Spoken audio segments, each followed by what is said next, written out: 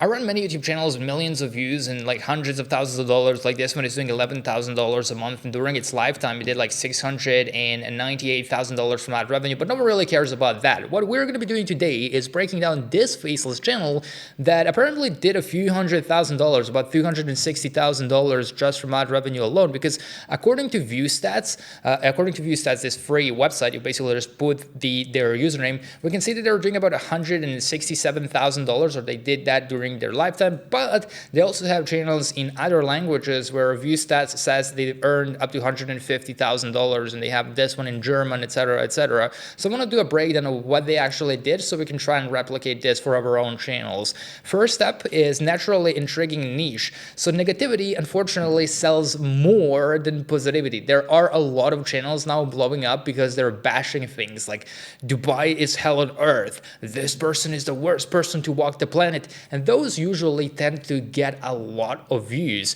And also learning from what has actually worked very well on other platforms, like on Netflix. If there were some particular shows that people watched or some particular style, then you can bring that to YouTube. Think Mr. Beast. Like Mr. Beast just brought things that were already popular. People already had habits of watching those kinds of videos on TV, and now he just brought it to YouTube, and it's working wonders. And for choosing a niche, I actually made this entire checklist that you can go through. I'm probably going to link it for free in the description if you want to use it, but effectively it goes like it's a blueprint to start your YouTube automation channel. And it's like the step number one is choosing a niche, and I listed out like 1,000 example channels so you can get inspired. I listed my personal best 16, and then I also have this one where you just create an avatar for your YouTube videos and for your YouTube channel, whatever it is that you are trying to start. And also I've tried out I'm testing currently this tool called Next Level, where basically you go to AI Niche Finder, you select, what I personally do is I select days since start, and it shows me new channels that have started out recently. Like this one started 12 days ago. We can see it's monetized, and we can also see that they only have 17 uploads, but they have 12,000 subscribers. So I can look into the channel and I can see like, okay, what is this person doing? Like what are the kinds of videos that they're posting, so I can try and do that myself. And this is the niche that I generally don't really like, but it's also some negativity as well. And we can open up, for example, this channel. They have only 6 uploads, and they already get like 74,000 views per video on 7 videos on the channel, and the first video got 300,000 views a month ago. So it really helps you like find those new unicorn channels and unicorn niches. So that was really cool.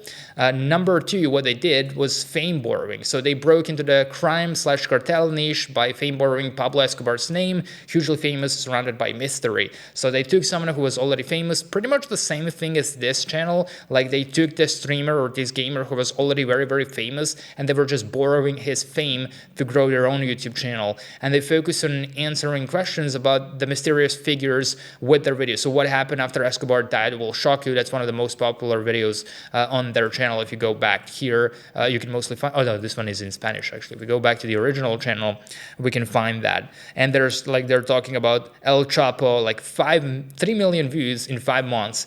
Is absolutely crazy views. What happened to Pablo Escobar? 2.4 million views.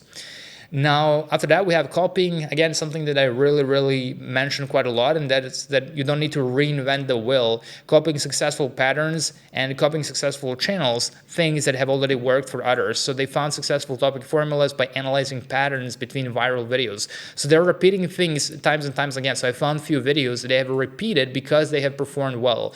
And I always recommend like doubling down on things that are already working well, especially if you're just starting out, because that's the safest thing to do. If one of your videos started getting more views, see exactly what you did there and try to make a similar one, because it already worked. And there's going to be competitors who are going to try and just create a similar video. So why would you let them take the slice of the pie when you can potentially do that yourself?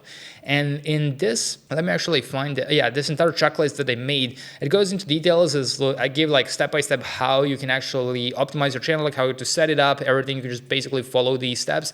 You even have my viral video checklist. Let's open it up. Let's go through it. So basically, we started off with the idea. Once you have the target avatar, you can always go through this checklist to make sure that videos are high quality. So ask yourself if the video is aligned with your target audience, how good the script is, and how good the overall video in itself is. And actually on the main channel, I'm working on this video where I talk about like complete YouTube automation tutorial. It's going to be probably an hour long. And I took one of the posts from my community, my private community, where one of the members shared that they hit like 1 million views in their video and they get like $2,000 from that. So here's what they recommended: like spend more time on the topic and concept before anything else. So they really emphasize the idea of coming up with a viral video idea and thinking about the video concept before you even start video editing or script writing or whatsoever. Use more B-roll to show points instead of just using random footage to just fill out the space. Less text on the screen, avoid jargon or technical talk to keep viewers engaged. That's why I really don't like using ChatGPT, because ChatGPT uses some crazy words that most people don't even understand, and they sound even robotic, and people can right away tell it's ChatGPT, so that doesn't really work well. And then also scaling into other languages. Like their main channel has 45 million views, but they also have channels in Spanish, in German, and other languages as well, which also got incredible amount of views. That's how they've added a few $100,000. So if your content is already working in one language, you can think about actually translating that into some bigger language, not bigger language, but also a massive language like Spanish is a massive language that a lot of people are speaking. And they've translated that. And they have a little bit lower RPM probably than the English ones, but they still probably made a lot of money from it. So to summarize it, the virality skills that they've used is picking a naturally intriguing niche, using famous niche figures and niche to trends to grow, expanding into broader content, copying your own success, and keeping just scaling and creating more and more videos, because it is a long game. I'm seeing from the members of my community that some of them would start off and it would take them some time, it would take them 2 weeks, 4 weeks to just start getting traction. But once that keeps rolling and one video goes viral, then everything becomes easier and easier. You just have to create content that people genuinely want to watch.